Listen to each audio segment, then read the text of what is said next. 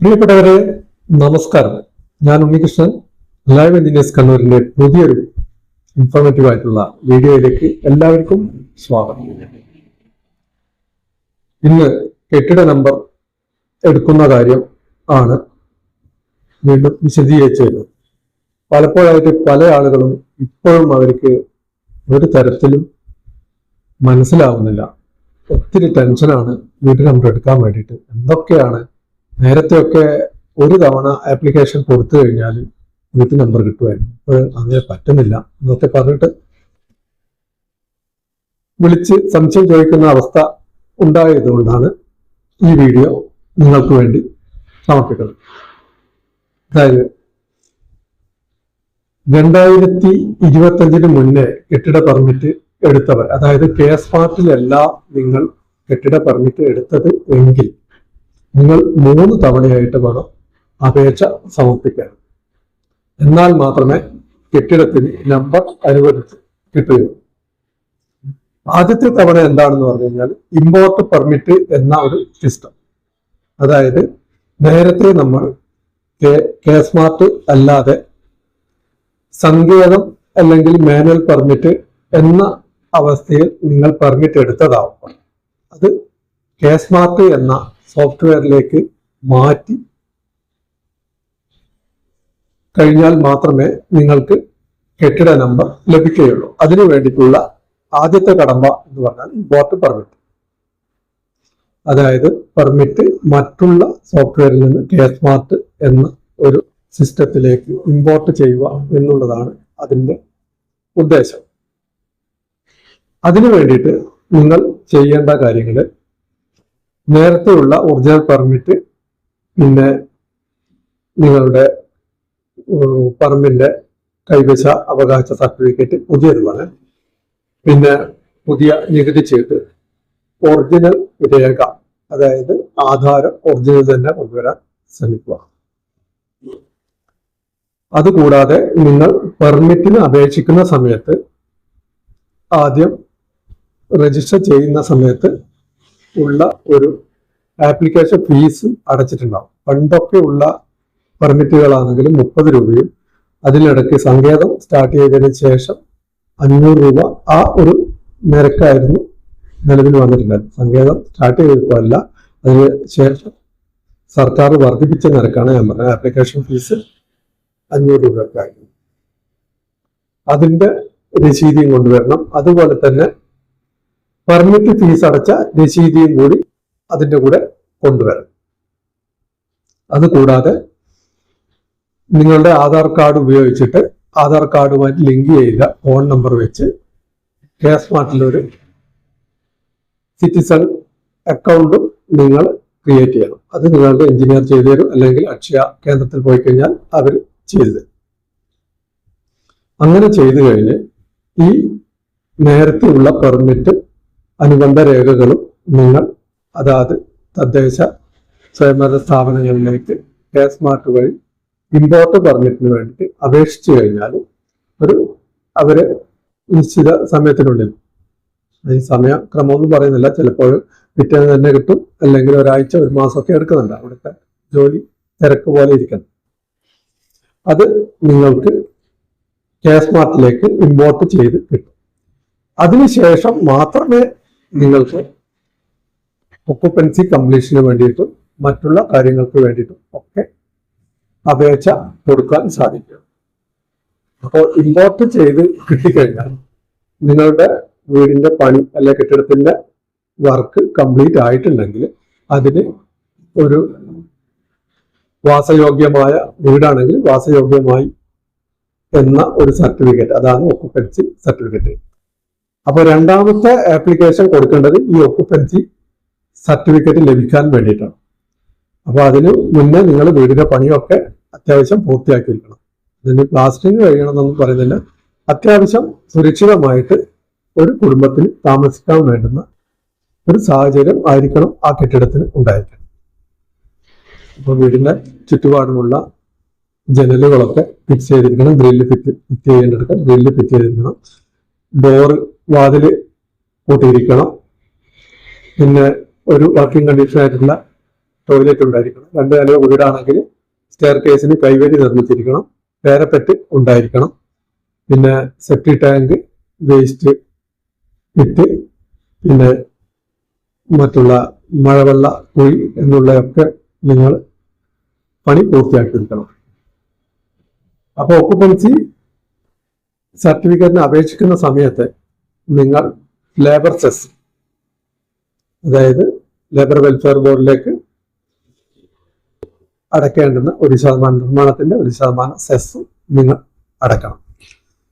കേന്ദ്ര സർക്കാർ കഴിഞ്ഞ വർഷം 2025 നവംബർ 21 ശേഷം നിർമ്മിച്ച വീടുകൾക്ക് സെസ് വേണ്ടെന്ന് പറയുന്നുണ്ടെങ്കിലും കേരള സർക്കാർ അത് അംഗീകരിക്കാത്തത് കൊണ്ട്, പിന്നെ ലേബർ കോഡിനെതിരെ സമരം നടന്നുകൊണ്ടിരിക്കുന്നത് കൊണ്ട് അത് പ്രാബല്യത്തിൽ വന്നിട്ടില്ല. ആ നിയമം കേരളത്തിൽ പ്രാബല്യത്തിൽ വന്നിട്ടില്ല. അതുകൊണ്ട് ഇന്ന് വരെ നിർമ്മിച്ച എല്ലാ കെട്ടിടത്തിലും ലേബർ സെസ് നിർബന്ധമായിട്ട് അടക്കണം.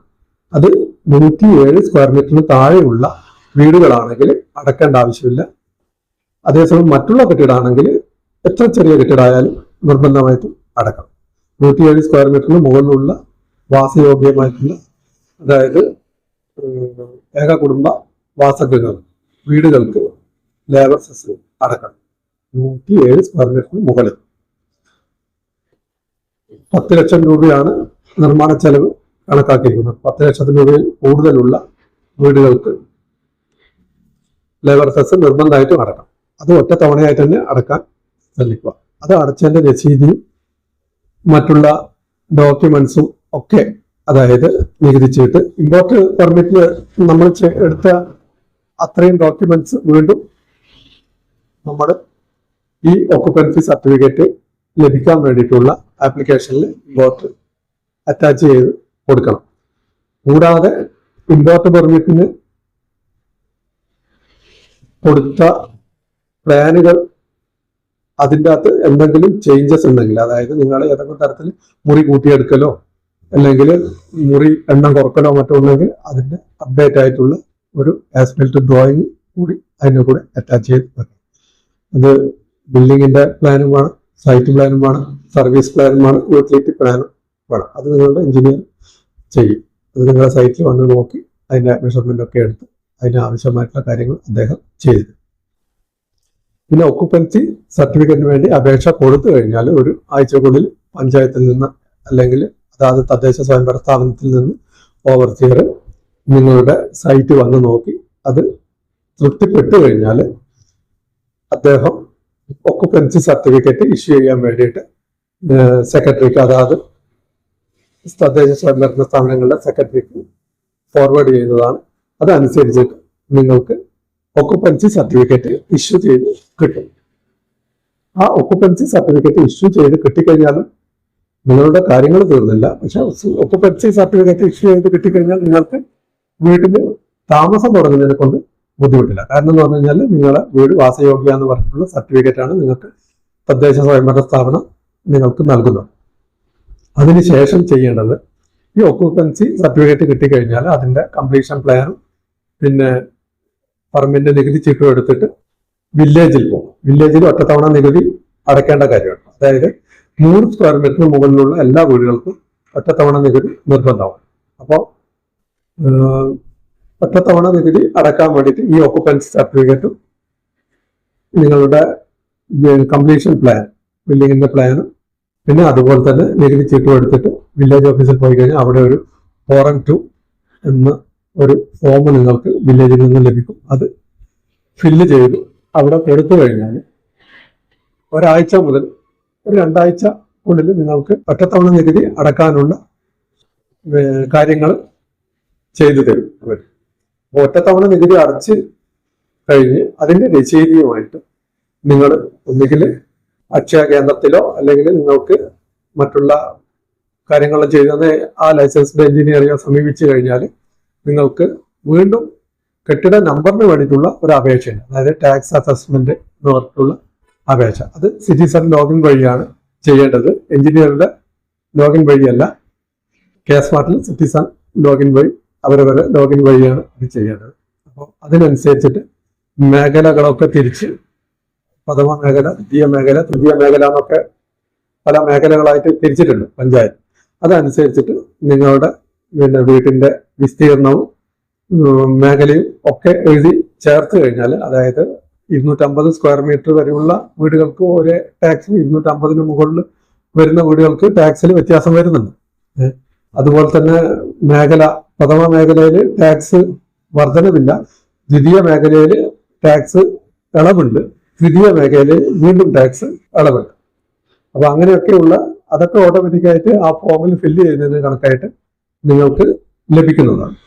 അപ്പോൾ ഈ അപേക്ഷ സിറ്റിസൺ ലോഗിൻ വഴി പഞ്ചായത്തുകളിലേക്ക് അയച്ചു കഴിഞ്ഞാൽ ഒരു 2 ദിവസത്തിനുള്ളിൽ നിങ്ങൾക്ക് ടാക്സ് അടക്കാനുള്ള വിളിയോ അല്ലെങ്കിൽ മെസ്സേജോ നിങ്ങളെ മൊബൈലിൽ വരുന്നതാണ്. അതോടെ നിങ്ങൾ അത് പറയുന്ന ടാക്സ് നിങ്ങൾ പഞ്ചായത്തിൽ ഓൺലൈൻ വഴിയോ അക്ഷയ വഴിയോ നേരിട്ടോ കൊണ്ടുപോയി കൊടുത്തു കഴിഞ്ഞാൽ നിങ്ങൾക്കുള്ള വീട്ടു നമ്പറും ആ ടാക്സിന്റെ രസീതിയിൽ രേഖപ്പെടുത്തിയിരിക്കുന്നു. അപ്പോൾ ടാക്സ് അടച്ചു കഴിഞ്ഞാൽ നിങ്ങൾക്ക് കെട്ടിടത്തിന്റെ വീട്ടു നമ്പർ ലഭിച്ചു. ഇത്രയും കാര്യങ്ങളാണ് നിങ്ങളോട് പറയാനുള്ളത്. അപ്പോൾ 3 തവണയായിട്ട് വേണം നിങ്ങൾ ഒരു കെട്ടിട നമ്പറിന് വേണ്ടിയിട്ട് അപേക്ഷ നൽകേണ്ടത്. നേരത്തെ കേസ്മാർട്ട് വരുന്നതിനെക്കാട്ടും മുന്നേ ഒറ്റ തവണ ഒരു അപേക്ഷ കൊടുത്തു കഴിഞ്ഞാൽ ഈ കാര്യങ്ങളെല്ലാം അതിൽ രേഖപ്പെടുത്തി കിട്ടുമായിരുന്നു. ഇപ്പോൾ കേസ്മാർട്ട് വന്നപ്പോൾ എന്ന് പറഞ്ഞാൽ എല്ലാം നമ്മൾ ഉടമ തന്നെ എല്ലാ കാര്യങ്ങളും ചെയ്യുന്നത് കൊണ്ടാണ് അപ്പോൾ ഇത്രയും തവണ കൊടുക്കേണ്ടി വരുന്നത്. ഉടമ തന്നെ ചെയ്യുന്നതെന്ന് പറഞ്ഞാൽ ഉടമക്ക് ചെയ്യാൻ പറ്റാത്തത് കൊണ്ട് എഞ്ചിനീയറോടും ഈ അക്ഷയ കേന്ദ്രത്തിലും പോയിട്ട് ചെയ്യുന്നു എന്ന് മാത്രം. അപ്പോൾ തദ്ദേശ സ്വയംഭരണ സ്ഥാപനങ്ങളിലുള്ള ഉദ്യോഗസ്ഥർക്ക് ജോലി ഭാരം കുറയുന്നു. അപ്പോൾ നിങ്ങളുടെ എല്ലാ കാര്യങ്ങളും, എല്ലാ ഡാറ്റയും അവിടെ ഓൺലൈനായിട്ട് സേവ് ആകുന്നു. അപ്പോൾ ഏത് സമയം വേണമെങ്കിലും നിങ്ങൾക്ക് നിങ്ങളുടെ ഡാറ്റ പരിശോധിക്കാൻ സാധിക്കുന്നതാണ്. അപ്പോൾ ഇത്രയും കാര്യങ്ങളാണ് ഇന്ന് നിങ്ങൾക്ക് കെട്ടിട നമ്പറിന് വേണ്ടി എന്ന രീതി പറഞ്ഞു തരാൻ ഉദ്ദേശിച്ചത്. അപ്പോൾ ഇന്നത്തെ വീഡിയോ നിങ്ങൾക്ക് ഉപകാരപ്പെട്ടിട്ടുണ്ടെങ്കിൽ ഇവിടെ സബ്സ്ക്രൈബ് ചെയ്യാതെയാണ് നിങ്ങൾ എൻ്റെ ചാനൽ കാണുന്നതെങ്കിൽ ചാനൽ സബ്സ്ക്രൈബ് ചെയ്ത് പ്രൊമോട്ട് ചെയ്യാൻ അപേക്ഷിക്കുന്നു. അപ്പോൾ ഇതുപോലുള്ള ഇൻഫോർമേറ്റീവ് ആയിട്ടുള്ള വീഡിയോസ് ഇനി ഈ ചാനൽ വഴി നിങ്ങൾക്ക് ലഭിക്കുന്നതാണ്. അപ്പോൾ ഇനി പുതിയൊരു ഇൻഫോർമേറ്റീവ് ആയിട്ടുള്ള വീഡിയോ ആയിട്ട് നമുക്ക് വീണ്ടും കണ്ടുമുട്ടാം. അതുവരെ